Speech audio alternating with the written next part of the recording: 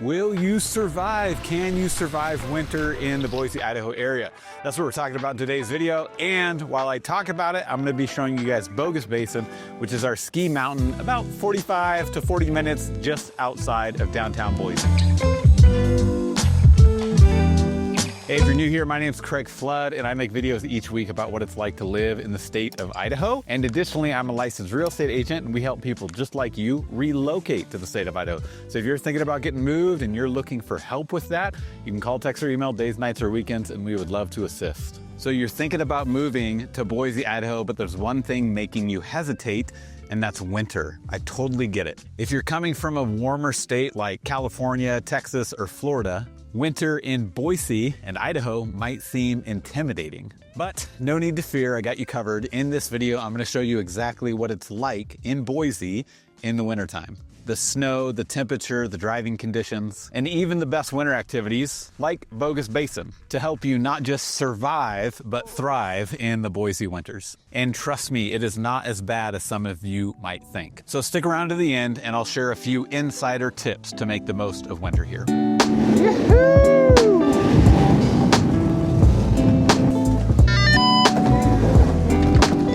How cold does it get in Boise? So Boise winters are cold, like my hands are freezing right now, but it is manageable. And you can expect daytime temps in the mid 30s and then evening temps, nighttime temps in the mid 20s. Now, occasionally we will get that Arctic blast where it can drop into the single digits, but those don't last long. And the days are shorter. So one thing to note is that Southern Idaho is gonna be Mountain Standard Time, Northern Idaho is gonna be Pacific Standard Time. So they cut it right in the middle. So you can expect sunrise around 8 a.m. and then things are getting dark around 5 p.m. Now, one tip would be in the wintertime, you might think about taking vitamin D. I feel like an infomercial on TV. Now consult your doctor about that. And I have no idea what the side effects could be, but it's something to consider. All right, we're right here on the mountain. That's where we parked today. We're gonna jump down Smuggler. We're gonna run up Superior.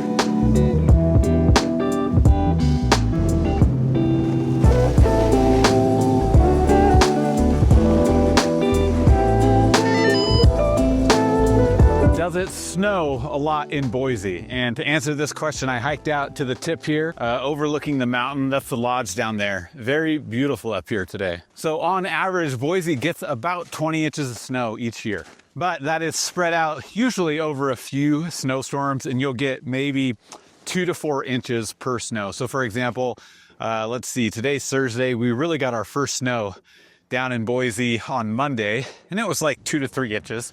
And it lasted maybe 24 hours. And that's pretty typical. Most of the snow is gonna melt in the next day or two after it comes down. And unlike places like Moscow, Idaho, Coeur d'Alene, Idaho Falls, things like that, we see a lot less snow than them. They're gonna double or triple us in snowfall. So not all of Idaho is equal when it comes to winter and what snow looks like. So I would say that is one of the biggest misconceptions about, say, Boise specifically, is that the snow does not linger. It doesn't stick around for months like it does in other parts of Idaho. The snow comes, it melts, and then we repeat that again.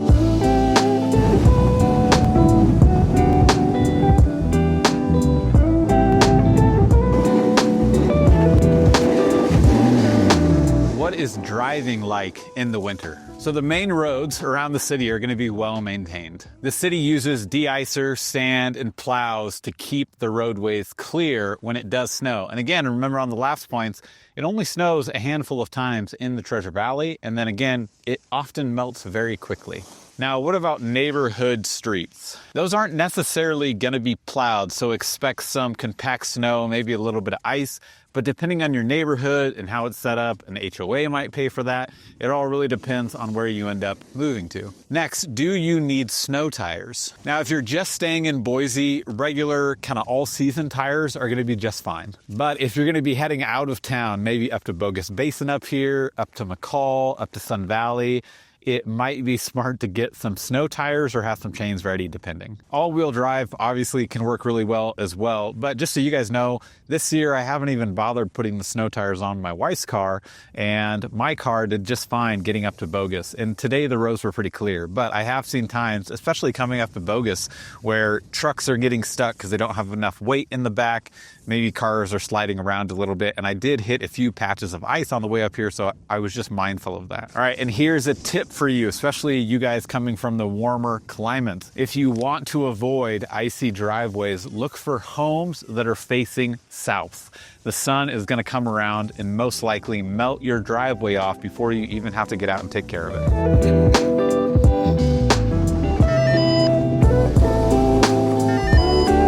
What is there to do in the winter in Boise? Well, there's this. You can go skiing up at Bogus Basin, or there's another good handful of ski mountains in the surrounding area if you want to drive a little bit further and probably get some better snow because you're going to be in higher elevation. But just because it is cold outside doesn't mean you have to stay inside. So again, you have skiing and snowboarding here up at Bogus Basin. And again, this is about 45 minutes from town and fairly cheap. Typically what I like to do, and I didn't do it this year, but I like to buy a midweek seasons pass, cost me about $200. Now, remember, it cost me about $90 just to come up today.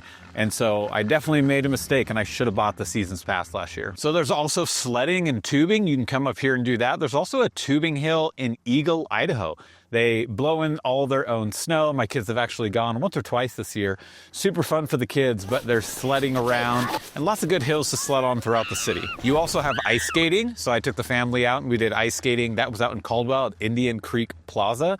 That was a lot of fun. And just to get a bearing from Boise out to Caldwell, you're looking at maybe 30 minutes. And there are hot springs, which are probably some of the best winter activities in my opinion. And in terms of where to find those are going to be located all over. You can join Facebook groups to find those. You can just do a quick Google search. Some you'll find are commercialized. You're going to pay to go in them, and some are just wild out along rivers, up in the woods. So you really get to choose what kind of experience you want to have with hot springs. All right, we're almost to the top of this lift. I'm thinking we should go explore over on that hillside over there.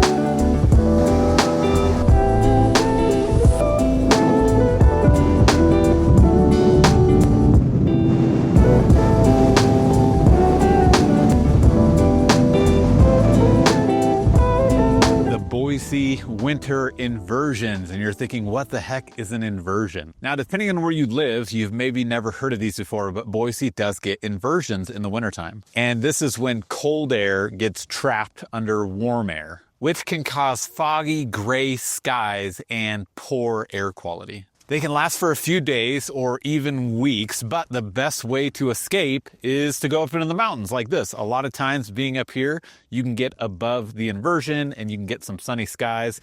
And it's really fun too, because as you look down onto the city, you see the inversion, you see all the cloud coverage, everything trapped down there. Now, what will you need in the wintertime? Let's talk about that. So let's work the body from the bottom to top. So you're gonna want some good boots, something that does not let the water get in. Additionally, some warm pants. I actually have a pair of pants that I buy from Costco that I absolutely loved. They are kind of felt-lined pants, but they keep you warm in the wintertime. Think scarf, vest, gloves. I often go for walks in the morning after my workout. It's very cold and it's very nice to have a warm cup of coffee and some gloves. An espresso maker might be something else that you want. But again, too, a good hat, a good beanie, stuff like that. Oh no, I might get stuck. I got a headwind there for a second. I'm going real slow, just gotta I'm definitely not gonna make it. Let's abort and let's cut off into the trails. All right, here we go. Making some fresh tracks. Let's take this trail down here. Yeah. In addition, you're gonna want a snow shovel. When it does snow, especially if you don't have that south-facing house, you're gonna get out there and have to clear your driveway and you're gonna have to clear the sidewalk. And then in addition to that, cars, you're gonna want a really good ice scraper so that when you get snow on your car or ice filled up, you're able to get that scraped off. Here's a pro tip for you. They make these products that will kind of snap to your mirrors and it'll drape over your windshield. That way, when you get up in the morning, again, if you're parking in a garage, you don't need this, but you can get up in the morning, you just pull that off and you got a clear windshield. You don't got to really wait for the defrost to happen. All right, let's have a heart to heart. Who loves Boise and who doesn't? So if you love skiing, if you love winter sports, if you love that crisp winter air, you're really going to like Boise. But if you hate cold and gray days, it's going to be a bit tough at first. There are stories of people who move here and it's just not for them. I remember there was one couple that moved here from Florida. They lasted 2 years and they left. And the reason why they left was because of the winters. They just couldn't handle it. So again, watch these videos, really think hard about this. I don't want you guys to make a move here. That's a very costly endeavor. And so do your research. Plan a scouting trip, come in the wintertime. We have a lot of clients coming this month in February, and a lot of the reason they're coming in February is because they want to know, what are the winters like? Can we handle this? So that is your tip for this section. Come in the winter and come in the summer and see if it's going to be a good fit for you before you commit. I just ran into my friend Liz. You moved from Alabama. What was it like coming here to the winter weather? And I know why you're here. You're up here because your kids are doing ski lessons, so you've obviously found some things to do. Yeah, it was shocking moving from the south. Honestly, I feel like we had no jackets, no wool socks. We didn't know how to do winter. We ended up just finding Bogus Basin, which is great in the winter here. It's something that we can do as a family. So we had to buy snow coats, we had to buy socks, we had to buy everything. We didn't have base layers. Now it's a nice thing to do as a family, and the kids are coming up doing some homeschool ski lessons up here. It's great. So you guys are right at the beginning stage of having a skiing family. You and your husband are both learning to ski, and your kids are in the lessons, and you guys went to ski swaps. You come up here without your husband. Are you nervous about the drive in the minivan? You know, I think they do a really good job of keeping the road pretty good. We pull over all the time coming up Bogus. There's to let people pass, so they're aggressive behind you. I think people are a little crazy when they drive.